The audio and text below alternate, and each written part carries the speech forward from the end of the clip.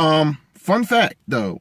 Did y'all know that Cersei Lannister and Daenerys Targaryen have both played Sarah Connor at one point in time or another? Interesting. Fun fact. You might.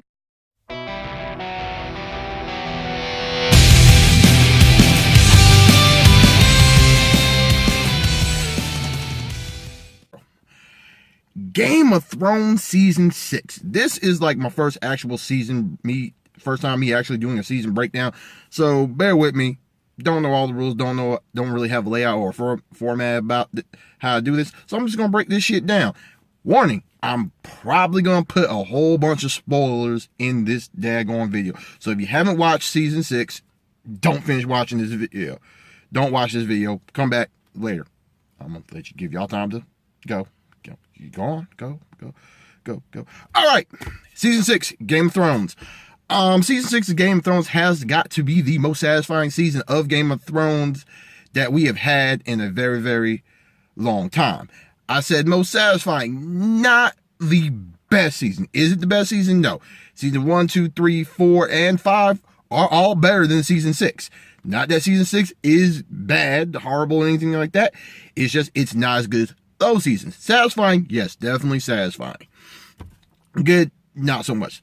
What makes it not so good as the others, as prior seasons, is it's kind of slow. The episodes, after you get past the resurrection of Jon Snow, which that was the thing we were all nail biting and waiting all year long to see, everything else really doesn't matter. Everything else is really just pretty much set up episodes. They're interesting. They're important episodes. They're just not as fast paced, action filled, and drawing you in as, prior episodes from prior seasons. But they're all still very important. You have to muscle through them to get to what you really want out of the show. Excuse me. But like I said, it's still a good season. It's a very satisfying season. This season of Game of Thrones is pretty much about everybody being set up in their places and positions that they're supposed to be in, getting ready for the next 2 big battles. Yes, I said the next 2 big battles. Number 1, the battle for Westeros. Number 2, the big fight against the White Walkers. And shoot, as we've seen at the end of this season, winter is coming. And as the great Jon Snow said, the enemy that is coming brings the storm with them. They don't hide from the storm, they bring the storm. Which means the White Walkers is coming to bring the ruckus. Season 6 also raises a whole bunch of freaking questions, but we'll get to those later. What are my favorite parts of season 6? Well, the resurrection of Jon Snow. Daenerys getting her army. Sansa and Jon taking back Winterfell. That was great. Bran fully becoming the 3-eyed raven and the whole entire hold the door. Yep, we now know why Hodor says Hodor is Hodor, and really it was hold the door, and it was a time travel thing, and not time. It was time travel, but not really time travel, but it was time. Y'all don't watch the damn episode. Y'all know what the hell I'm talking about. It's confusing, but it's confusing, but cool. Cool, but confusing. Hey, it was a big reveal season. Let's see. The Red Woman got revealed to be an old ass woman from her necklace. Jon Snow is revealed to be not a bastard, but actually a part Targaryen, part Stark. Explains some shit. Explains why when the White Walker grabbed him, he ain't changed to a White Walker. Bet y'all missed that shit. Bet y'all missed that last season. You see? Yeah, some things is happening, being stirred up in the pot. I am sad to see that Queen Marjorie died. I'm holding out hope that she ain't dead. Like, maybe she, managed to, get her blast cushioned. The blast got cushioned by a whole bunch of dead soldier bodies and whatnot. I'm holding out hope. Look, if Uncle Benjamin can pop up alive and by drinking the blood of shit and stuff, maybe Marjorie lived through the shit. We don't know. I'm holding out fucking hope. Look, hot dang it. If Jon can come back, I can get her eyesight back. Benjamin Stark can pop back up alive. Theon still dealing with his condition, but he's making it work. Maybe Marjorie's alive. Maybe, just maybe. Let me hope and pray and wish. All y'all who read the books, don't pop up in my comment section saying that, she's dead. Just shut up. Let me hope that Marjorie will be alive.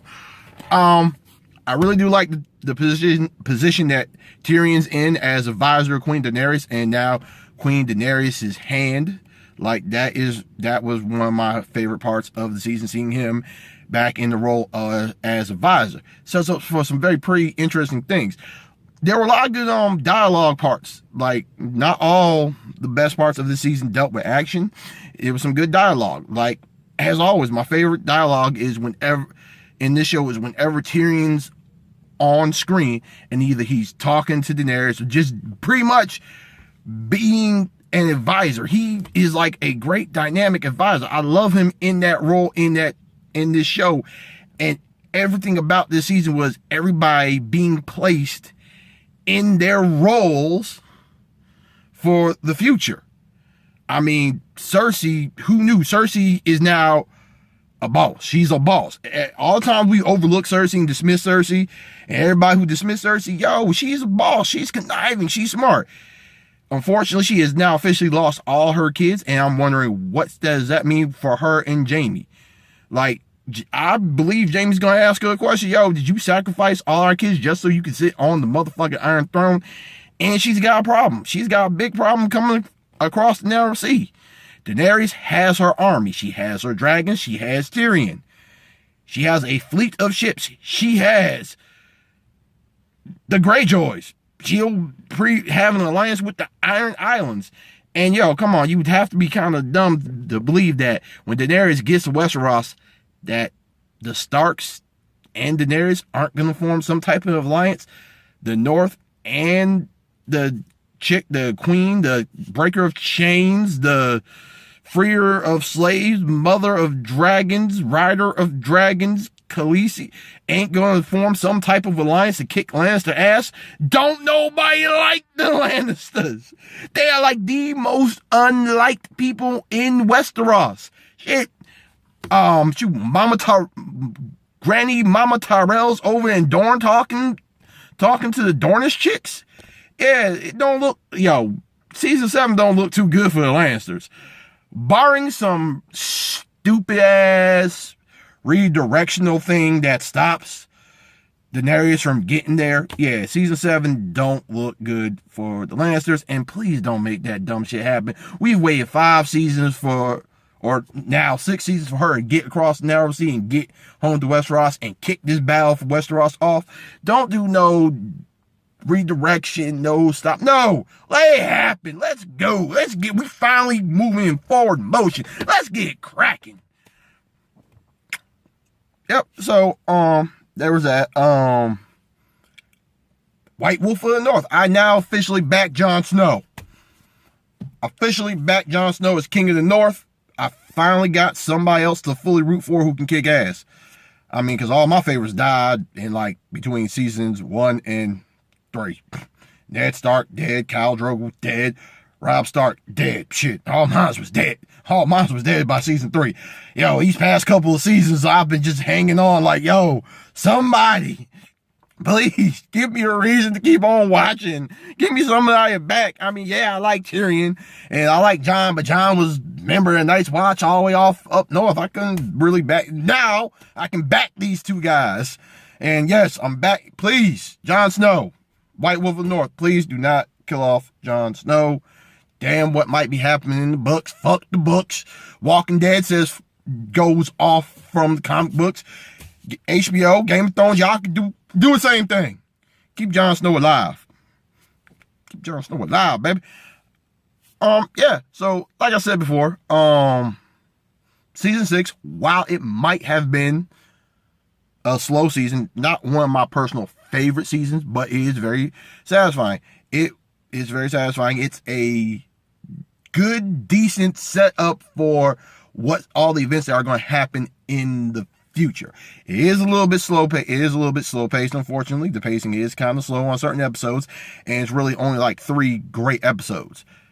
The episode when Jon comes back alive, and the last 2 episodes of the season are like the best. But still a good season. Everybody's in their place. Like I said, Cersei, she's now a boss. Tyrion and Daenerys are coming. Tyrion is an advisor, the role he should play. And Jon is now King of the North, the White Wolf in the North, which is a very good thing to see. So it pretty much sticks with the show's underlying theme, outcasts coming up and, you know, taking power.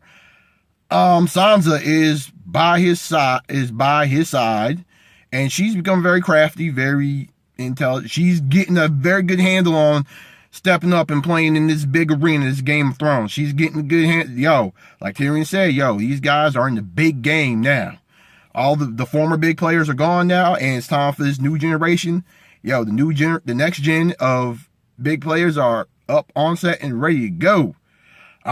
Even Arya Stark, yo, she is back in Westeros, and yo, the Red Wedding was avenged this season. Like I said, while might not have been the most action-packed season, except for like maybe 2 or 3 episodes, it was a very satisfying season, very good. It was pretty much almost like a love letter to the fans. So, like I said, if you're still here and you ain't watched the season 6 of Game of Thrones, go back and watch.